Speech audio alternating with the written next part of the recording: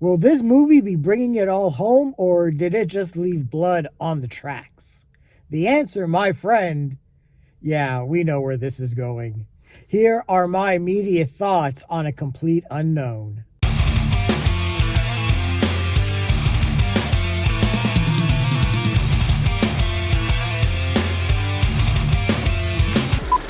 Hey everyone, this is Lenny here. So I just got out of A Complete Unknown. This is the newest biopic focusing on the life of musician Bob Dylan. This is directed by James Mangold, who gave us Logan, Walk the Line, Copland, which is super underrated, and Ford versus Ferrari. This stars Timothée Chalamet as Bob Dylan. And yeah, honestly, straight up, this is a great movie. I really enjoyed it. And this is really anchored by Timothée Chalamet's performance as Bob Dylan. And he plays him as sort of this freewheeling spirit. And sorry, that was a nerdy inside joke. But he plays him as this free spirit and this sort of enigmatic figure that no one can sort of make heads or tails of. But he's this brilliant singer-songwriter, and he arrives in Greenwich in 1961 and basically took the world of music by storm. He became the face of folk and protest music in the 60s. But then he went electric. And he started playing with electric instruments and drums and everything like that. And people who were folk purists just went absolute bonkers about it and just felt like Bob Dylan betrayed the purity of that particular art form.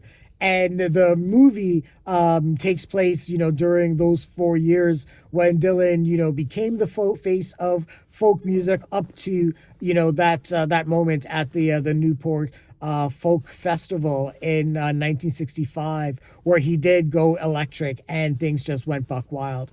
But like I said, Timothée Chalamet is really good as Bob Dylan. He sang all the songs, which is super impressive because he sounds like Dylan. I was really impressed by that. He also played the guitar. I think he also played the piano as well. I had no idea that Timothée Chalamet was like just that multifaceted of a talent. So yeah, that was really impressive to see him, play all these instruments and sing all these songs. It really gets, that essence of Dylan right, especially when he's up there singing, certain songs like a Rolling Stone. He really got into that, and you could really feel the power in his voice, and especially when, you understand sort of the dramatic weight of why he's singing what he's singing and the lyrics and what that all means in that particular moment. And the movie is really good.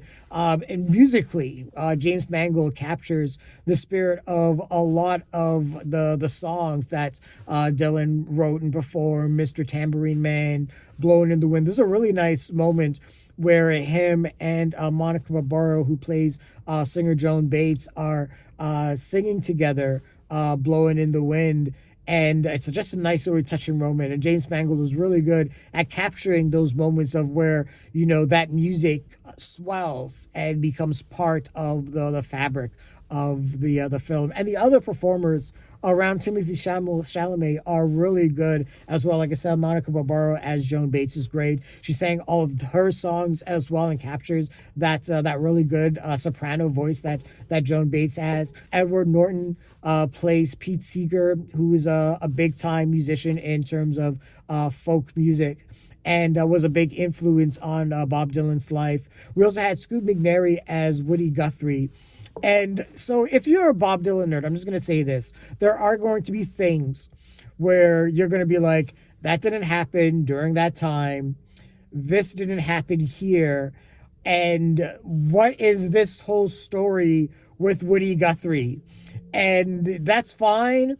And I understand why it's there. It's there really for a dramatic effect because Woody Guthrie is or was a major influence on Bob Dylan's life, and they're sort of using it as a bridge between, Bob Dylan and Pete Seeger as well. So I get it. So I'm not mad at the movie for doing it, and all biopics do that. And that's sort of, the weakness of the film. It follows the typical Hollywood biopic. We see the rise of, the musician and how they get to fame and everything like that, and how it affects them and changes them and things like that, and how it affects the people around around them. So, it follows all of those beats. And so, if you're a Bob Dylan, purist, you sort of know what's happening and how things are going to progress and transpire and everything like that. But the performances are great. Edward Norton, I think, gave the best performance as Pete Seeger, being the mentor. But there's also a little bit of, you can see there's in terms of the nuance and subtlety of Edward Norton's performance, there's sort of like this shade, this like jealousy bubbling that, Bob Dylan was getting like more and more famous, even though, he's, taking the, folk music to a wider audience. You could sort of see, in terms of how Edward Norton plays Pete Seeger, that it's not him that's that's bringing the folk music to a wider audience. It's Dylan.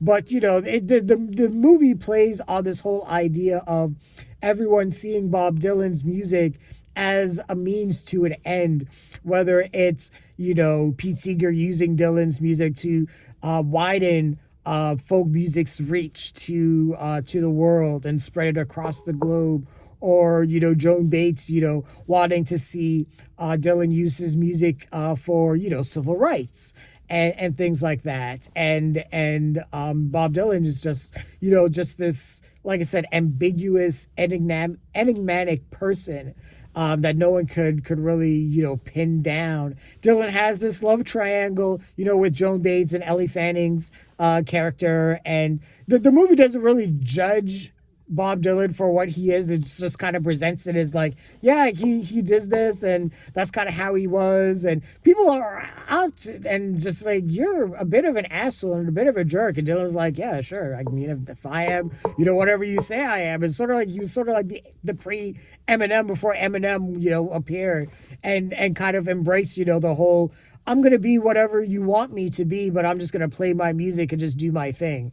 And that was kind of it. And Timothée Chalamet, really plays that off really well. And James Mangold is really good at, with his actors and capturing just little moments. There's a scene where Dylan and Joan Bates are singing a song together, and there's a power behind it. And you can see Ellie Fanning watching them, and you can see the discovery in her eyes where she's like, they're fucking. Oh my God.